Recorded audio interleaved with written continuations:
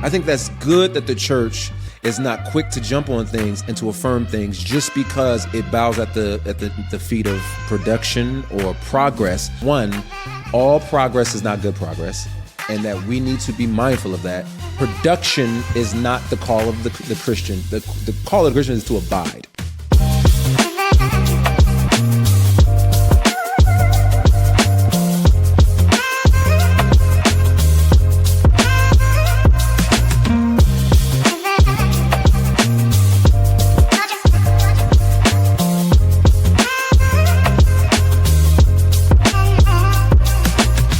What's up, everybody? Today we have a special guest. We are excited to be talking about a subject that I think is important. We're going to be talking about technology. Why? Because technology has always shaped how we share the gospel, from all the way from the printing press to podcasts. But today we are living in a whole new world. We're talking about artificial intelligence, which has changed everything. It's changed the way we write, the way we create, lead, and even think. And ultimately, for ministry leaders, that raises some real questions. How do we use AI tools ultimately for sermon preps, all right, for discipleship, storytelling, and are we losing the spirits leading in all of this? How does the church, which has sometimes been slow to adapt and respond to a world that's moving faster than even it ever has been before, how do we address that? So today, we're going to be diving into the relationship between faith and technology. What's healthy? What's risky?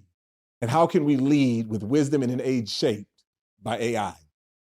And we got a special guest. Yes. And we got Sho Baraka. And I know he has some opinions. I do have all of them. About this. Okay, well, before we dive into just the opinions, one thing you did say is that the church lags behind.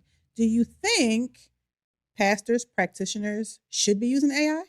Is that the first question? I'm starting over there, though. All right, so I'm going to answer that. And I already know me saying this is going to be disagreeing with our illustrious guest. Okay. I would say yes in the appropriate ways. Okay. All right. Is there? No. And that's really what I want to talk about. What are the appropriate ways? So I'm just going to leave that as a cliffhanger. But I'm going to say yes. Okay. What are your thoughts? But that's always the nuance, the appropriate ways. And then who discerns what the appropriate ways are?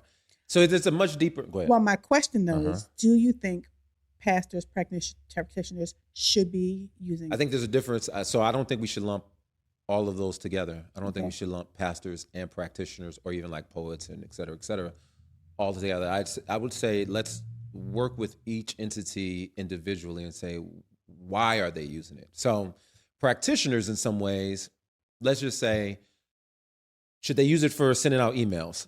Okay, I'm not going to fight over somebody wanting to use artificial intelligence, which hopefully we can get into a different discussion on what are we talking about when we talk about artificial intelligence. But yes, emails. Okay, cool, practitioners. If I have a proposal that I need to write to get a grant, right, should I use artificial intelligence? That's where I start to get a little more like, I don't know, maybe you shouldn't, but if you did, I don't think it's the end of the world. Now, pastors, I find there's very few things that pastors should be using AI for. And there goes that word should. We've said about 10 times already. Right? And there's going to be a whole lot of shitting. There's going to be a lot of shitting. A whole lot on this. All over the place, right? Yes. Because this is very important. So same for pastors. Like, is it emails, mass communication that is technical in a way that you're just trying to communicate a message to a large amount of people that is not, let me say, shepherding. Exactly. There you go. It's the perfect. That's not shepherding, like, and it's logistical things like that. Yes, fine. Anything else outside of that, I find it problematic. Sermon prep, sermons, writing books, writing articles. Now, would you put AI and ghostwriters into the same thing? No, I would not. Okay. I would say a ghostwriter is a completely different entity, or even a different a different disposition than I would say. But it is okay for a pastor to use a ghostwriter. Yes, I would say it's okay. Now, is the pastor? Now, the technical concept of a ghostwriter is to say that I am writing this without the audience knowing that I've had assistance and help. Okay. Now, in that sense, I don't like that, but I think it's common knowledge that in certain like publishing worlds that there are certain pastors who, now, there's a difference between ghostwriting and editing. Like, so a lot of what, let's say, for instance, there's a pastor that I know who preaches 30 sermons on friendships, and he wants to write a book on friendships. He's like, I'm just going to have somebody just write this book, take my sermons, put it together, et cetera, et cetera. Now, some things, yes, like they had nothing to do with anything from like introduction to conclusion. The ghostwriter compiled the thoughts, constructed the sentences and the arguments.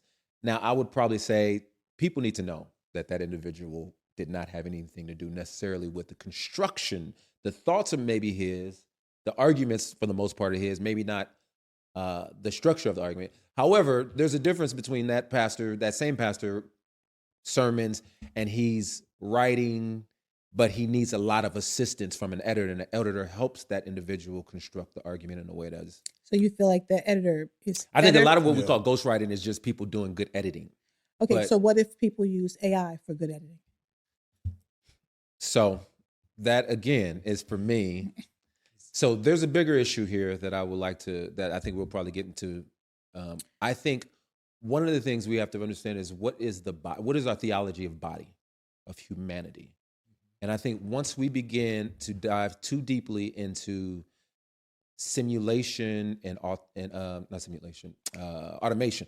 Once we get too deep into like automating everything, what we're doing is, in my opinion, I think we're violating our theology of the body. Mm-hmm. And so that plays into economy, that plays into work, that plays into giving people opportunity to do things that I think, and I know the argument is, well, technology has always been that, but I think there's a greater argument that is much more dangerous with AI than other technologies before. Yeah, and I think that's the reason why we went deep really quick into some of the very details of things that kind of come up for a minute, because in there, and I was just like, I told you at the beginning, I was like, you're going to disagree with even my opening statements with some of the things that we talked about, because I talked about how technology throughout all the way, like the Romans road, all those things that we've used in the past that Christians have been slow to adopt and it was against. But you feel like this is different. Yes. AI is different.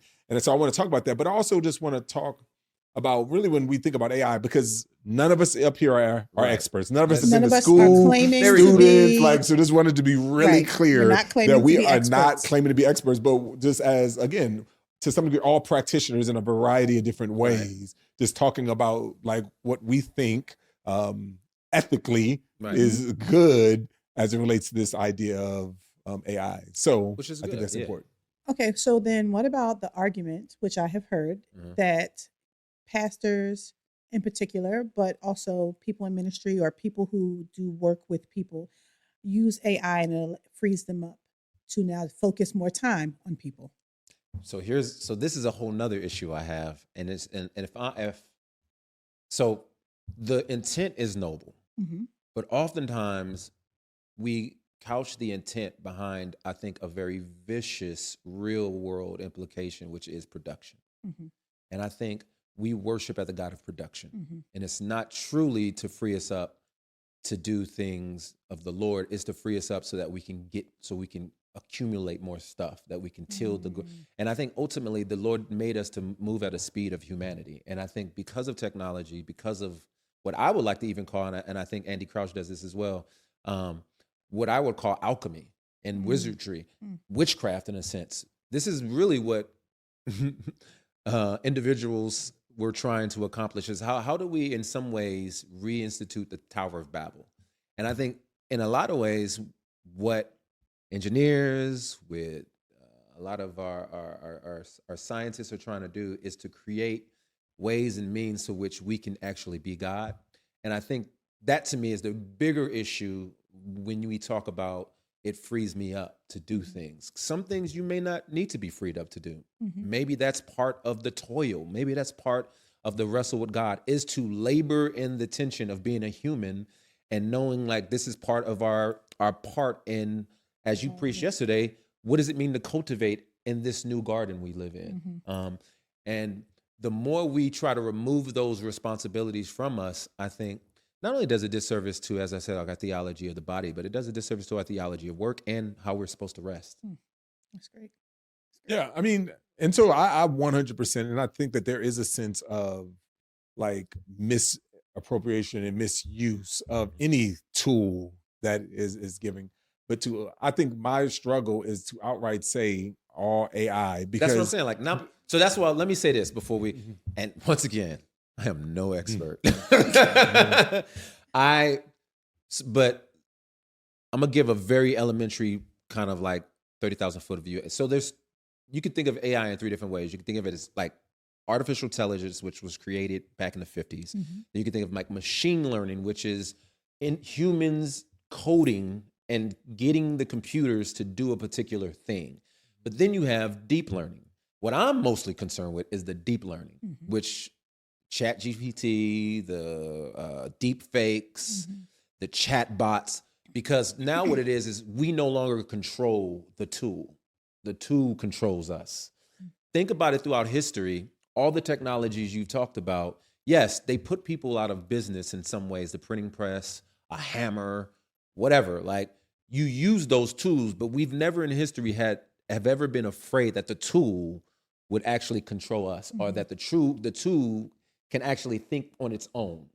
And that's what deep learning is. That's what artificial intelligence does. And so now what happens is we actually get to detach ourselves. And there's a lot of research and studies around how AI, yes, it's going to be beneficial and is great, but how it also creates illiteracy, how it actually, I think in my own person, I've not done any research on this, but how I think it makes even creatives worse. So here's my own personal anecdote. And I think there's something to this. And there are books from by Jonathan Haidt, once again, Andy Crouch, and just other research.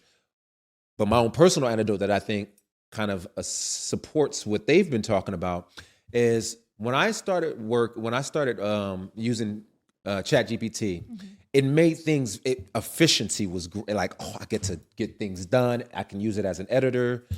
But I also realized the more I use it, it made me lazy. And I stopped trusting in the Lord. It made it easier for me just to give it prompts, which now is going to become a whole new kind of learning, like a education process. Like, how do you prompt artificial intelligence to do and give certain?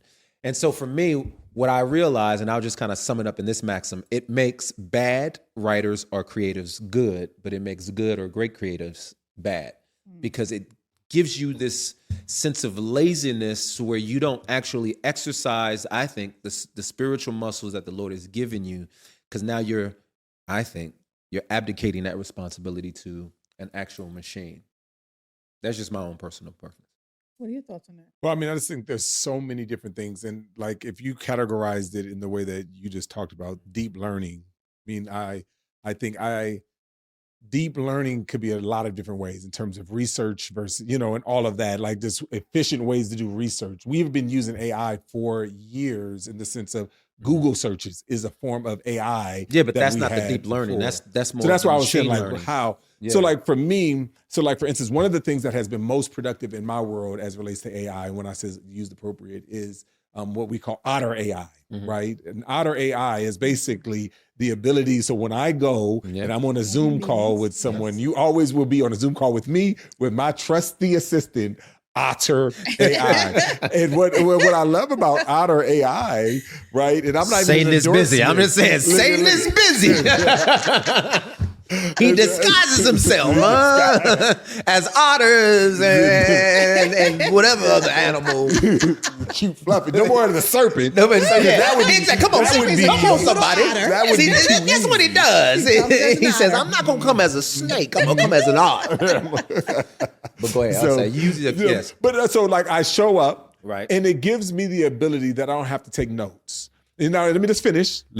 I don't have to take notes. I can engage. I can be present with the thing, with the people that I'm talking with, right? And all of that. And what it also does, it gives me the ability to send it to my assistant, right? And then when I send it to my assistant, they can know exactly of what my takeaways were, all of those things. And then finally, this is the third reason why it has been most productive in mine, is because when I go back to Otter AI, like it couches any conversation that I've ever had with you, Right. any conversations like as somebody, and I can say, hey, So it's keeping track of right and wrong. So I got you. and then it's keeping track of the summary of the conversation. I got you. and it allows me to say, hey, what have any promises or things or takeaways that I've ever said with Sho, in this, then it can come back and give me here, boop, boop, boop, boop. Dhati, you make it seem like I am arguing. I'm not arguing against the logical reasons why AI is expedient and efficient. I am going to concede to that. Yes. It makes all the sense in the world. Right. But like the scriptures say, all things are permissible, all things are beneficial. So the question is this a gray area matter, or is this a... No, I think it's a gray area matter, but I think at some point we will realize that this is not a gray area matter. Okay, would you say explicitly that this can sin? Yes. Okay. I think there are ways in which we are sinning today. And I think ultimately, here's my greater issue, is that I think Christians, and I think one of the opening statements where the church can oftentimes is left behind with technologies. We lag behind, yeah. And I understand that, but I think sometimes that's good. I think that's good that the church is not quick to jump on things and to affirm things just because it bows at the feet of production or progress. I think ultimately Jesus is both progressive and traditional. But I think sometimes we forget the fact that he's traditional because of what it'll look like to the people we feel like we're trying to reach. And if we are this archaic people who don't keep up with the times, then how can Jesus be glorified? And I'm like, man, there have been wonderful groups of people, whether it be Quakers, the Amish, folks who recognize that there were particular technologies and histories that were detrimental to the cause. And I think sometimes the church benefits the church for Christians to be like, you know what? No, let us not just jump. Let us be like Bereans, if you will. Let us be like Bereans who investigate the utility of this thing, the benefit of this thing. And maybe it's our job to be revolutionary in the rebuking and the revolting against this. I will say, I worked for an organization. I don't want to say who it is, but they were really big and they were tied to the government. And they did not, everything was archaic. Everything was old. Mm-hmm. Everything was still on paper. Everything. Yeah. And I remember being like, why in God's name won't you update some of this stuff? And they were like, we can't get hacked. Come on now. Yeah. All right, come on. But okay, so first of all, let me just say, and as you know, I'm a huge fan of people like Cal Newport, right? Who talks about his work, deep work, and Andy Crouch. I had every one of my kids. What is real quick? What is Cal Newport's? I've not known. What is his? Deep work is. No, I know his work. I'm saying, what is his thoughts on AI? Actually, I've not listened to his thoughts on AI, but I do know his thoughts on technology. And technology, he thinks technology is one of this what you said is like it is a problem and it has hindered us from doing deep work. Right. And so very similar like a Andy Crouch, like every one of my kids, to no avail, but every one of my kids were forced to read his book, Tech-Wise Family, before they got social media. Yeah. So they read it and then they was like, all right, thanks, Dad. It's like, great. But that's why Jonathan Haidt, who is not a Christian, when he talks about the revolutionary approach, and he doesn't use this word, but the revolutionary approach to like social media, because his big thing is social media. And he says the only way that we will be able to address this epidemic within school systems is not if I keep my kids from it, but if we as a community keep our kids as a group. Because if my kids go to school and every other child, then they're going to feel ostracized and left out. So we as a PTA, we need to make decisions to say, hey, we will not allow our kids to bring phones to school. And I think in a similar way, the church probably needs to think about what does it look like to have, and I want to go back to this, a theology of the body. Because we cannot control. Now, I don't want to get, and I don't know the technical term, but there are alarmists out there. There are people who are very insulated when it comes, or insular when it comes to this idea of artificial intelligence, actually creating a jobless society. So within the next, some would say 5 years to definitely, they would say the next 25 years, there's a chance that 90 to 99% of our job market will be gone away with because computers can outperform all of us at everything we do. Think about this podcast. a computer can do all of this. Like Right. you type in a prompt, and then at some point it'll It be can able to be a take your person. face. Yes. and, No, it and can make it can do that. it'll take Yes. all the embellishments that we don't like and present us in the ways that we. And that to me is not a proper theology of the body. Like God creates us, flaws and all, and I think that's part of what we embrace. And I think in some ways we're moving slowly and subtly towards this concept that I think we get duped by the simple trinkets that are floated, and then you don't realize you're in the factory, Charlie's Chocolate Factory, getting sucked up by the Oompa Loompas. I used to work in the pro-life space, Mhm. and in the pro-life space, one of the things that we saw being created or working towards was artificial wombs, so that Yeah. a woman wouldn't have to get pregnant; she could just Yeah. use a Yes. artificial womb. And I think that the argument was a theology of the body and recognizing Yeah. the value of the body. So they were anti? We were anti, Yeah, of okay, course, of gotcha. course.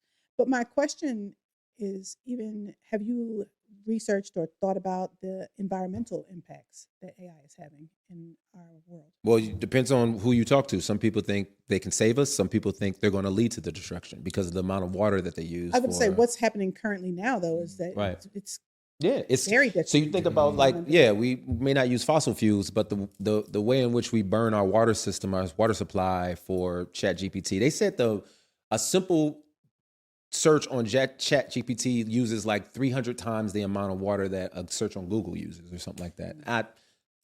Look it up. You guys are out of my, because I don't even know what it means to use water. Like he's like, I'm thirsty. Hold on, I gotta. Because there's What does these that big old. mean You to think answer? about, Like, think about I'm the so- Matrix. okay. The movie The Matrix. You had these.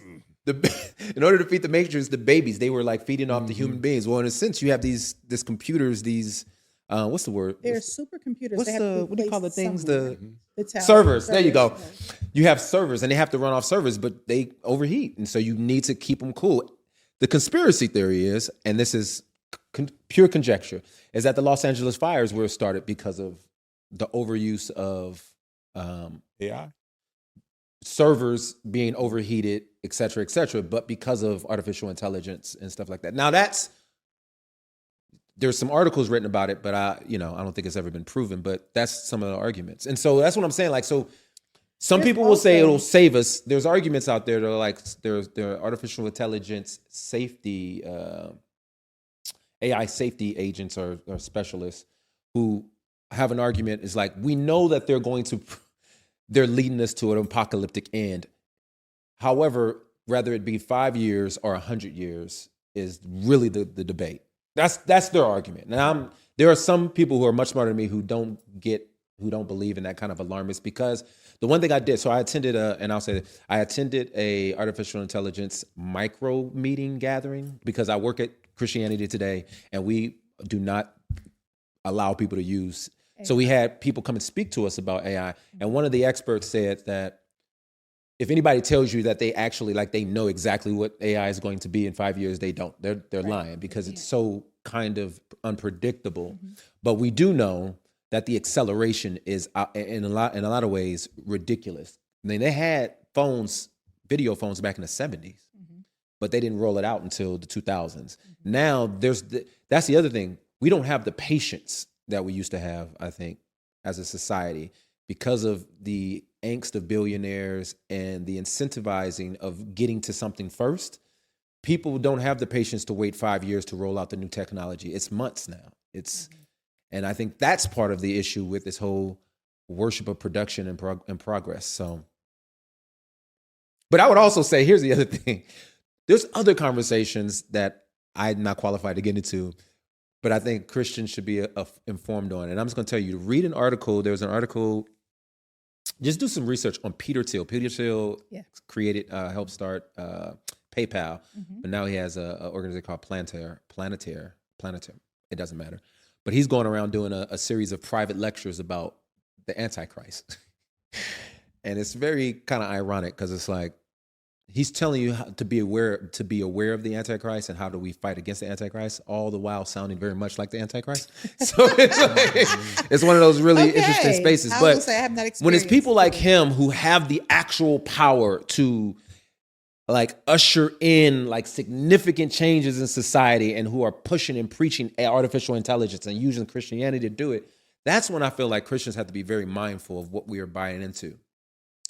Okay, I think that is an excellent way to end this conversation, is that as Christians, we have a responsibility to not be blindly walking in and making use of things when we do not understand the societal, environmental, spiritual, and personal impacts that these things have.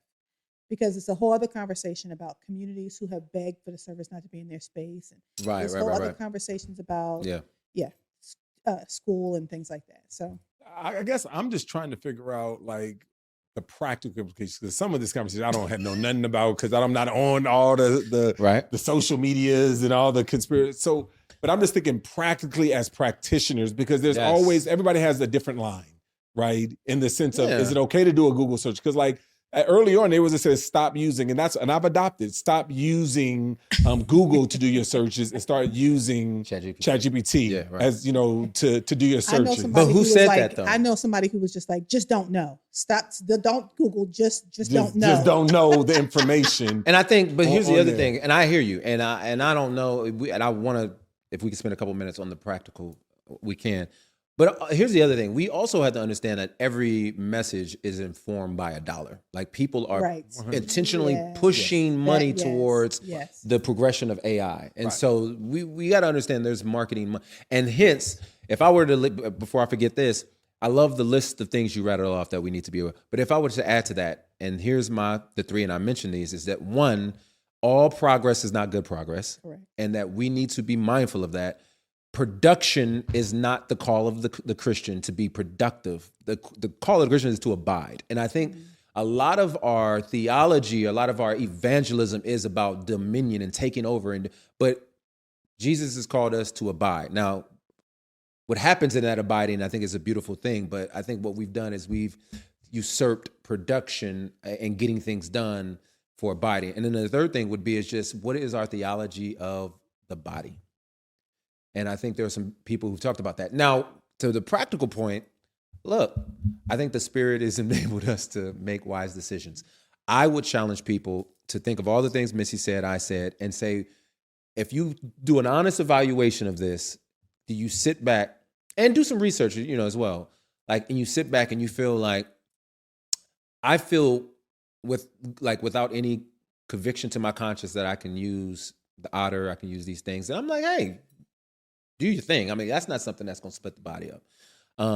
Now, when the machines come and fight us, then you're going to be like, "Sho, you was right." You know what I'm saying? And so, you know what I'm saying? But it'll be too late. iRobot type. Because that's going to happen. Listen, by the time machines are fighting that's us, going to happen. No, they be said like, between "Show you 5 were right." years. But I'm not going to be running back the show to say, "Show you was right." I'm just saying, what is the plan for getting up out of here? The plan was that we gonna have to. You should pull the plug before it gets too crazy. That's correct. And that's what I'm saying is like at some point.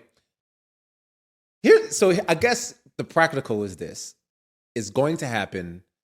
What does it look like for the Christian to have a disposition of resistance in the midst? So how about this? I'm going to take a totally different example.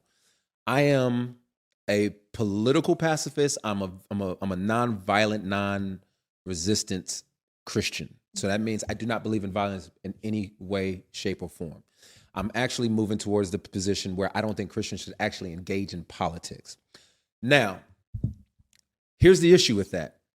We have government. Governments do wicked things.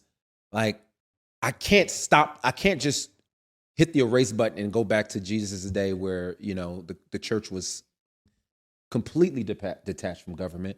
I'm in it. We're in the thick of it. So what do? I live by my convictions and say, hey, here's what I believe. Are there other people who can continue to live a life of non-resistance in the midst of this, I believe, kind of wicked generation we live in? But if other people want to pursue government and try their best to bring redemption, which I don't think is possible, but bring redemption in a way that will bring better flourishing, then amen. You know, but I, for me and my household, we will choose this particular lifestyle. And I think this will be the best way for me to be unstained from, I think, the world. That's just my own kind of view of it. Yes. Well, we asked Sho Baraka. We did. We asked him. So basically what I hear Sho saying is no more hey Siri. No more hey Alexa. I'm no trying more, to like, look. no more any of that because about all that is AI. In about so if 6 I ever months. hear you say it, if I ever even see you using, the GPS system, right? Hey, like this is all AI. You know what I'm saying? Pull out your maps, pull out all the stuff. I'm trying to look. Let's in go about back a to year. the 50s. In about 2 years, y'all gonna catch me in the farm. I'm be in the farm by myself. Yes, all of that. I will say there I don't is know if some I'm going there wisdom with to those different- Yes. Listen, now that we would do. Now, none of us got ourselves together on the farm. Show you were right. Can we come to the farm? Absolutely. Listen, Absolutely. that's what I'm saying. Come. As long as I got a place to go, come on, if ye. it all turns bad, Come all ye. I'm going. But once y'all, the latecomers, unlike Jesus, there is going to be a hierarchy. We're going to structure this thing according to who came first. Okay. All right. Yes. Well, Awesome. there Well, it thank is. you, Sho. Thank you for giving us something to think about. Amen. I think it was good. I think it was a great conversation.